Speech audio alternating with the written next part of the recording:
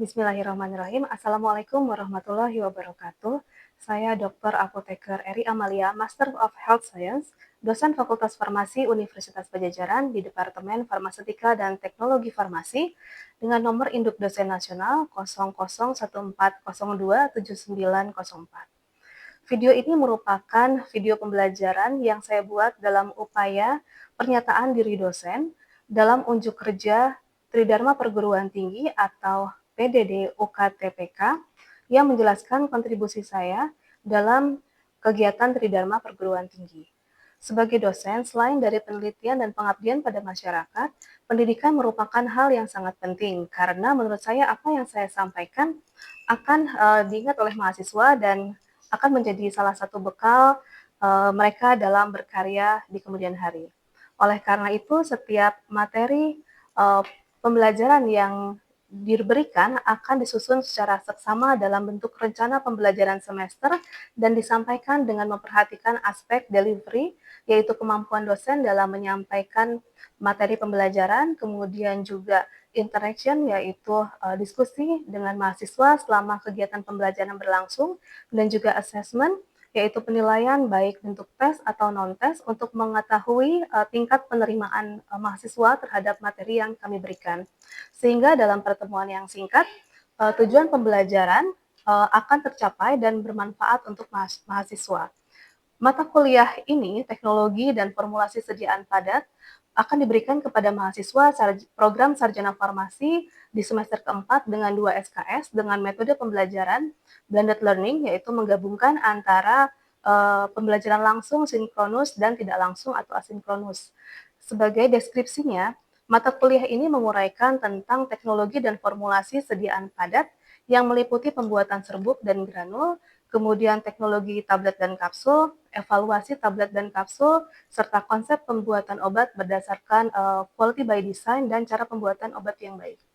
Secara umum, ada 4 capaian pembelajaran yang dititipkan oleh Prodi Sarjana Farmasi dalam mata kuliah ini, dengan tujuan untuk peningkatan keterampilan khusus, sikap, pengetahuan dan keterampilan umum dari mahasiswa dengan CPMK yang disusun seksama dan dengan sub CPMK yang pertama adalah mahasiswa mampu menjelaskan, menguraikan, mengidentifikasi mengenai teori dasar pembuatan sediaan padat, kemudian yang kedua adalah mampu menyesuaikan, mengusulkan, merancang pembuatan sediaan padat secara sistematis dan terstruktur.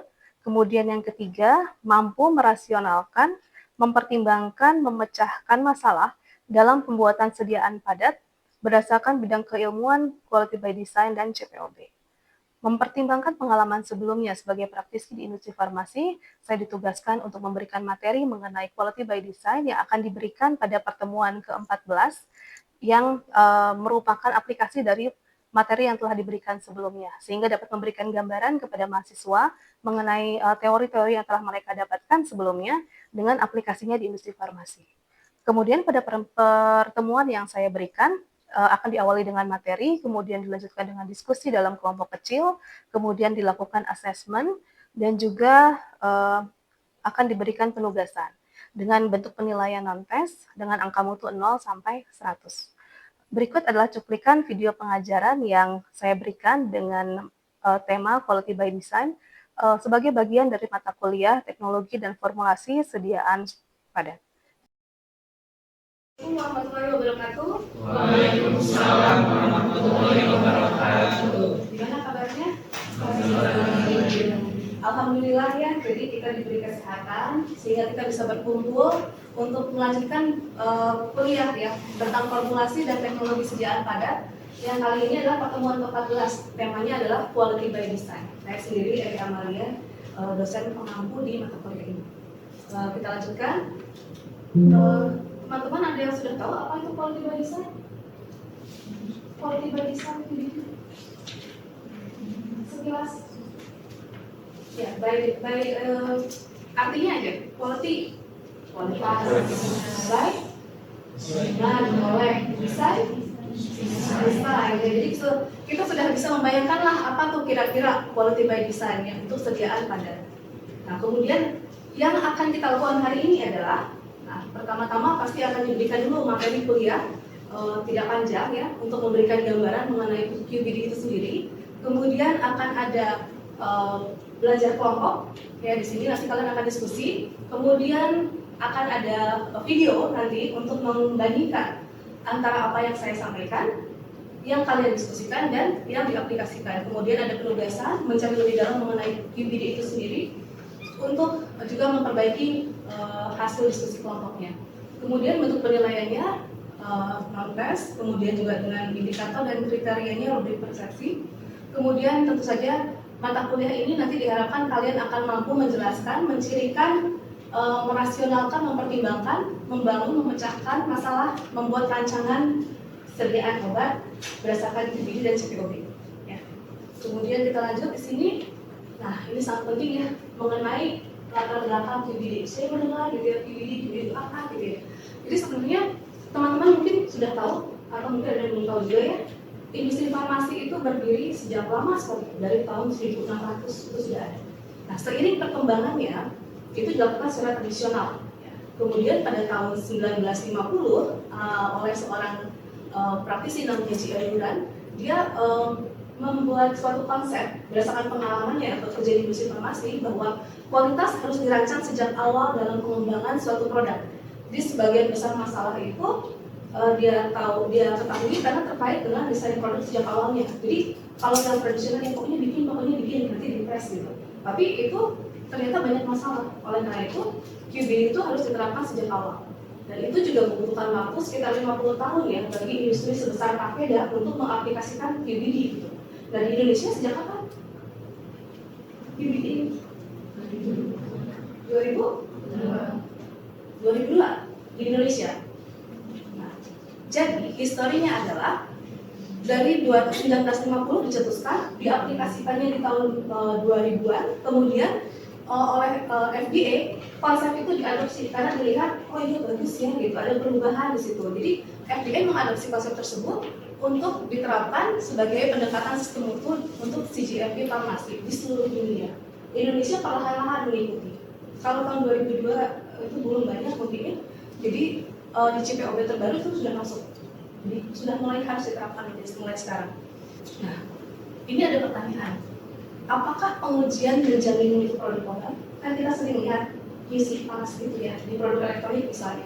Nah, kalau dalam produk obat, kalau pengujian apakah menjamin mutu suatu produk obat?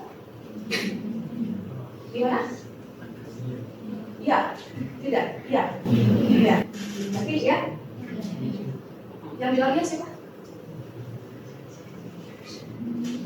Nah, berarti yang tidak angkat tangan tidak gitu ya.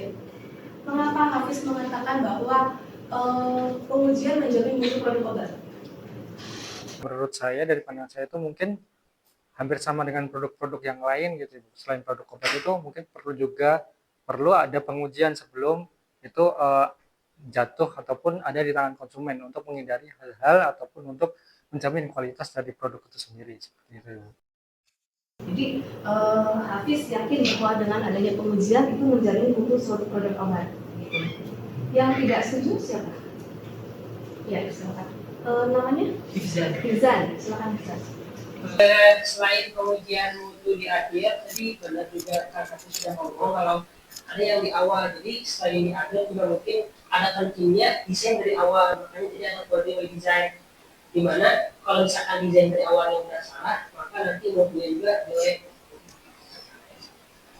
Kita lihat ya. Jadi desain awalnya sudah baik, maka hasil akhirnya insya Allah baik gitu ya. Bisa dikatakan ya 99% itu baik. Bila ada kesalahan 1% itu sangat jarang sekali sebenarnya. Karena di dalam desain itu nanti kita juga lihat itu sudah ada uji robustness di situ. Nah, sehingga dalam konsep QBD tenetnya atau jargonnya adalah sangat penting untuk mengetahui bahwa quality tidak bisa cannot be tested into product. Jadi kualitas produk itu tidak ditentukan oleh pengujian, tapi harus dibangun by design. Quality should be built in by design. Maka tujuan pharmaceutical development adalah merancang produk berkualitas dan proses manufakturnya agar secara konsisten memberikan kinerja produk yang diinginkan. Ada yang Penting nggak disclaimer ini? Ada. Oh, ada yang jawab ada. Yang atau berkualitas tentunya konsisten. Berkualitas dan konsisten. Karena itu, untuk bisa membuatnya secara konsisten, maka kita memerlukan beberapa knowledge ya, atau aspek untuk dipahami bersama. Yaitu ada apa di sini?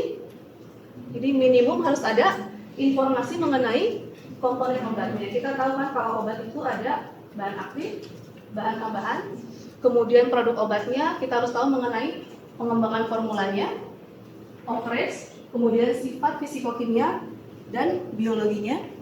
Kemudian harus tahu juga mengenai proses pembuatannya, sistem pengemasan, parameter mikrobiologi. Dan semuanya itu dikumpulkan dalam satu dokumen arsip, namanya dosier disebutnya. Ya, itu memang bisa setebal itu, gitu ya. Kemudian selanjutnya,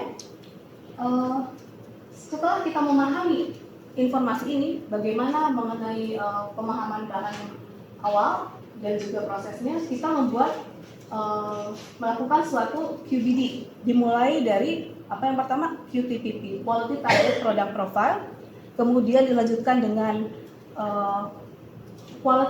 Critical Quality Attribute, dan Control Strategy, terus Risk Assessment, dan Design Space. Nah ini ya, sedikit saja informasi mengenai aspek teknis tadi penjelasannya. Jadi ada mengenai bahan aktif di sini, bagaimana karakter psikokimianya. Kita lihat ya, seperti di samping ini. Nah, bagi saya, ini ada dua macam karakter serbuk ya. Yang pertama ya, sepertinya mudah mengalir gitu ya. Kalau yang di bawah kelihatan nggak? Gimana? Mampat gitu ya, lebih kayak pebasah gitu ya, lebih susah mengalir. Nah, seorang farmasi harus tahu kalau seperti ini bagaimana, kalau seperti ini bagaimana gitu. Ya, terus handling formulanya nanti seperti apa? Akan berbeda, akan sangat berbeda.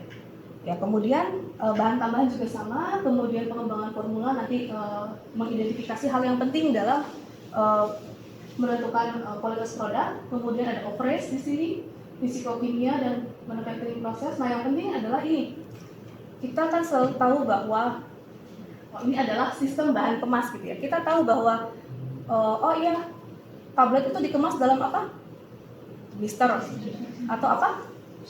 Strip gitu. Nah, strip itu apa sih gitu? Blister itu apa sih? Jadi, dalam desain produk kita bahkan harus tahu masing-masing layernya terdiri dari apa, berapa ketebalannya, apa bahannya gitu. Kalau selama ini kan kita sobek aja, buka gitu ya. Tapi kalau di industri farmasi itu ada effort mereka itu sampai harus membuka layer by layer. Berapa tebalnya? Bener nggak? 4 layer, bener nggak? 5 layer gitu ya. Nah, ini sampai seperti itu. Dan ketika memilih kertas pun juga, yang mana nih? Kita tahu kardus ya. Nah, pernahkah terpikir oleh kalian bahwa kardus itu ada sainsnya, ada apa ya? Ilmunya sendiri? Ada di sini. Kapan harus apa? Double? Kapan harus cuma 1 layer? Nah, ini kita langsung masuk ke QBD itu sendiri ya. Ketika ada ide gitu muncul untuk pengembangan produk, misalnya kamu siapa namanya? Siapa? Fani dapat tugas membuat tablet paracetamol. Apa yang akan Fani lakukan? Bikin dulu formula awal. Bikin formula awalnya. Nah, sebelum membuat formula awal, mau seperti apa? Kan salah ya, harus kesini dulu. Nah, kemudian ada launch product, harus menentukan PPP dulu. Kemudian lanjut ke CQA, kemudian ke CPP, risk assessment, design space atau design eksperimen, kemudian production, skala pilot dulu, registrasi, baru deh launch product ya. Nah, apa itu QTPP gitu dari tadi kita lihat ya. Singkatnya adalah seperti ini. Jadi Fani ketika mau membuat produk paracetamol, kita ganti ya albendazole aja ya. Karena ini contohnya saya ambil dari jurnal, kalian bisa lihat di situ ya, ada jurnal, dia juga membuat albendazole tablet.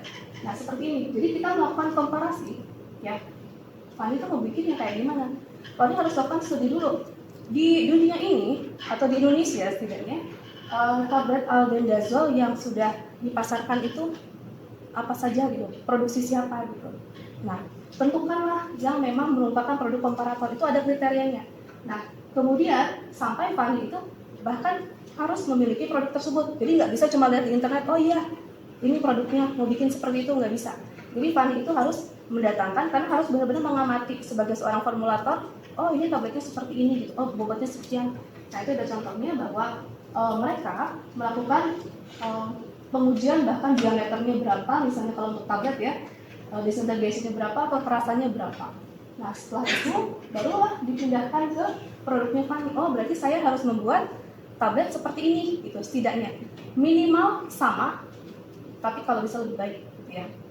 Tapi ada suatu produk yang memang harus bioekivalen. Kalau lebih baik itu belum tentu juga boleh, ya. Jadi harus sama. Gitu. Kemudian ditetapkanlah beberapa parameternya. Nah, kemudian selanjutnya menentukan critical quality attribute di sini. Nah, dalam critical quality attribute itu apa ya? Berarti karakteristik fisik apa yang dicirikan dari produknya Fani nantinya. Ya. Jadi Fani mau bikin apa tadi? Albendazole kan. Jadi gimana albendazolenya? Appearance-nya, deskripsinya. Albendazole tablet saya nanti akan apa katanya? Memiliki warna tertentu gitu ya. Tapi apakah warna itu penting? Di sini ada sebutnya. Warna penting nggak? Enggak gitu ya. Dituliskan di situ. Kenapa nggak penting? Karena warna itu cuma appearance aja gitu ya. Nah, seperti juga size-nya, ukurannya, jadi ditentukan di situ. Jadi apa yang penting dari ciri tabletnya Fani, albendazole tablet itu? Yang identification, mana identification? Ya penting ya di situ ya. Karena kalau enggak, mungkin bukan isinya albendazole gitu. Ditentukan dari beberapa parameter mana yang penting, mana yang tidak. Nah itu melihat kemana? Melihat ke internal spesifikasi dan juga melihat apa yang diberlakukan di Indonesia atau di luar gitu ya, tergantung negara untuk dipasarkannya. Selanjutnya di sini kita melakukan kontrol strategi, nanti lebih detail. Jadi tahapan pertama saya blending, misalnya mencampurkan itu apa yang dulu dicampurkan. Seperti kalau praktikum ya, itu ada apa? Fase dalam, fase luar. Nah kalau di praktikum mungkin nggak seperti detail ini, tapi sekarang kalau di misi farmasi memang harus seperti itu. Ada flow-nya, terus apa dicampurkan di tahap mana. Nah seperti ini ya. Nah, itu contohnya bisa juga dengan fishbone. Jadi artinya kita akan tahu bahwa faktor apa sih yang berpengaruh ke keseragaman atau blend uniformity tadi, keseragaman apa massa ya. Nah kalau di lab kan berapa miligram, berapa gram bikin? 500 gram, 300. Pakai plastik itu dikocok-kocok ya. Nah kalau di industri seperti ini minimal berapa kilo? Kalau pilot itu sekitar 10 sampai 50 kilo. Kalau produksi bisa sampai di atasnya, bisa sampai 10 kalinya. Nah ini misalnya bisa sampai 100 kilo. Bayangkan kalau kita membuat suatu produk 100 kilo tanpa knowledge di situ, tanpa oh ya di sini harus campur A sama B sekian lama akan menjadi apa, terus karakter oh ini serbuknya mudah mengalir, oh ini sukar mengalir, itu campur aja gitu. Bayangin 100 kilo itu akan jadi apa kalau gagal ya. Oleh karena itu benar-benar harus diketahui. Nah ini misalnya pencampuran massa tablet ya, disebutnya massa. Ketika kalian kocok-kocok di lab itu disebutnya massa, kemudian dianalisis di HPL, diambil beberapa titik ya, atau beberapa menit gitu misalnya dianalisa. Akan ketahuan itu homogen atau tidak di beberapa titik itu. Kalau misalnya langsung aja pokoknya kocok, campur, kemudian dia baik, dicetak, apa yang terjadi dengan tablet ini? Kadarnya berantakan ya. Albendazole tadi mau berapa miligram per tablet? 200 ya tadi? 200. Jadi satu tablet itu ada yang 200, satu tablet itu ada yang 250, satu tablet itu ada yang cuma 100 mungkin. Ya kan kasihan gitu ya. Dan itu tidak sesuai dengan persyaratan. Nah itu jadi di dalam QBD itu kita lebih harus tahu kenapanya, alasannya ya dalam melakukan sesuatu. Nah ini contohnya, tadi kan banyak parameter yang mempengaruhi. Contohnya adalah apa di sini? Bahwa ada dilakukan risk assessment bahwa albendazole tablet dengan formula seperti ini, ke sebelah sana tuh ini ya. Ini bisa jalan ya. Oke. Kesini adalah formulanya, kita tahu ada apa? Albendazole, microcrystalline cellulose, MCC, lactose, MyStar, povidone, nah seperti ini akan berpengaruh ke disolusi. Ya. Albendazolnya berpengaruh nggak ke disolusi? Enggak, di sini katakan low, walaupun dia tidak mudah larut, tapi dia menggunakan yang particle size-nya itu kecil. Jadi dikatakan bagi oleh Fanny, oh tidak pengaruh. Yang berpengaruh apa? Povidone, sodium lauryl sulfat, dan sodium starch glycolate. Ini masih estimasi oleh Fanny berdasarkan studi literatur. Nah itu harus kalian buktikan. Ya. Selanjutnya, formulator juga selain ini harus diketahui juga alasannya. Nah lagi-lagi kenapa sih mengatakan bahwa itu berpengaruh? Kenapa mengatakan bahwa itu tidak berpengaruh gitu ya? Harus dituliskan. Ketika Fanny menentukan bahwa oh dia medium, terus kenapa medium? Tidak bisa jawab, ya nggak bisa gitu ya. Harus tahu alasannya apa. Kemudian di sini dicobalah oleh Fanny ya beberapa formula ya dengan menggunakan software. Beberapa software ada. Salah satunya adalah Design Expert, di sini bisa digunakan. Nah, dari situ dipasukkan parameternya. Di sini misalnya di sini ya. Agak susah. Nah, oke, sebelah kiri ini tabel. Jadi beberapa formula dimasukkan, akan ada di sini ada berapa? 9 formula. Nah, Fanny harus coba 9 formulanya, kemudian dicoba hasilnya, dimasukkan ke dalam tabel, diolah, akan muncul grafik analisis. Ya. Gambarnya lebih mudah dipahami kayaknya seperti ini. Nah, di sini bentuk konturnya, bahwa kalau yang disolusi ya, disolusi 15 menit kan merupakan hal yang penting. Di sini yang paling mendekati, yang paling tinggi itu warna apa?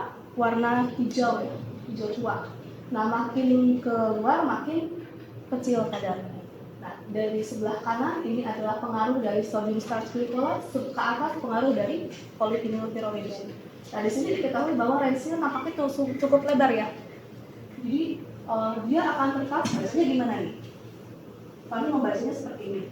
Dia akan tetap dalam hijau bila konsentrasi SSG-nya, sodium starch glycolate-nya antara 8 sampai 12%. Dan PVP-nya itu antara 12 sampai 16. Dan itu kan besar ya. Biasanya kalau misalnya dia sangat kritikal, hijaunya itu titiknya kecil gitu. Artinya apa? Bahwa ternyata apa tadi Fanny gimana? Bahwa ternyata apa tadi ya? PVP, terus ya povidone, terus sodium starch glycolate itu pengaruhnya tidak terlalu signifikan terhadap disolusi. Jadi kita bisa merubah dari yang tadinya kuning, medium menjadi low. Nah itu salah satu cara untuk mendesain suatu produk. Jadi kita lakukan percobaan dulu, gitu. Nggak, oh ya coba sekian dengan random gitu. Nggak, tapi teratur. Pada akhirnya kita memiliki data bahwa oh kalaupun ada deviasi sedikit ya dari formulanya, tapi dengan catatan masih dalam range ini masih akan bagus produknya. Nah, jadi kesimpulannya apa? Quality by design merupakan suatu pendekatan sistematis ya. Tadi kan ada pendekatan sistematis untuk mengembangkan produk yang dimulai dengan apa di sini? Penetapan tujuan dan penekanan pada pemahaman untuk pemahaman proses, kontrol proses berdasarkan ilmu pengetahuan dan manajemen resiko mutu. Nah, di sini jelas dilihat bahwa kalau secara tradisional itu dari pembuatan produknya hingga ke pasien itu harus ada apa yang berbeda di sini? Harus ada karantina ya di sini. Karena kita nggak yakin produknya itu bagus atau enggak. Jadi setelah dibikin oleh produksi, karantina dulu, jangan dijual dulu. Saya analisa dulu. Tapi ketika kita melakukan QBD, kita sudah tahu gambarannya. Kalau selama proses timbangnya benar nggak? Benar. Prosesnya benar nggak? Bahkan sebelum jadinya kita sudah bisa dapat gambaran. Jadi kita bisa skip gitu. Ya. Dan ini juga mempersingkat waktu untuk distribusi produk ke pasien. Baik, mungkin demikian materi kuliah kali ini. Ada yang mau ditanyakan? Ada yang mau tanya? Ya, silakan. Saya Karima. Saya ingin juga ke Ibu untuk penjelasan tadi kan itu seputar untuk persediaan awal Bu. Iya. Sebelumnya mau BPV, CKA dan sebagainya Bu. Nah saya di sini ingin bertanya, kalau untuk sediaan non oral seperti injeksi dan juga topikal gitu Bu, apakah ada pendekatan yang sama seperti ini dan untuk prosesnya apakah sama atau berbeda seperti produk? Terima kasih Bu. Ya, baik, terima kasih Fatima atas pertanyaannya, juga mungkin mewakili pertanyaan teman-teman yang lain ya. Ini QBD apa di Solid aja atau bisa juga di yang lain? Jadi ini QBD itu konsep yang general gitu ya.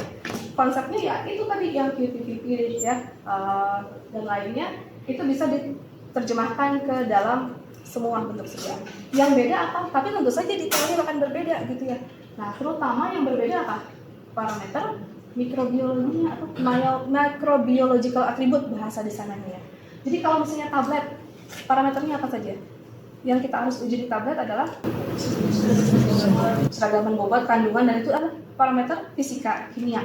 Nah, kimia ya. Ya fisika keseragaman bobot ya. Kalau kimianya adalah asai. Yang berbeda adalah mikrobiologinya.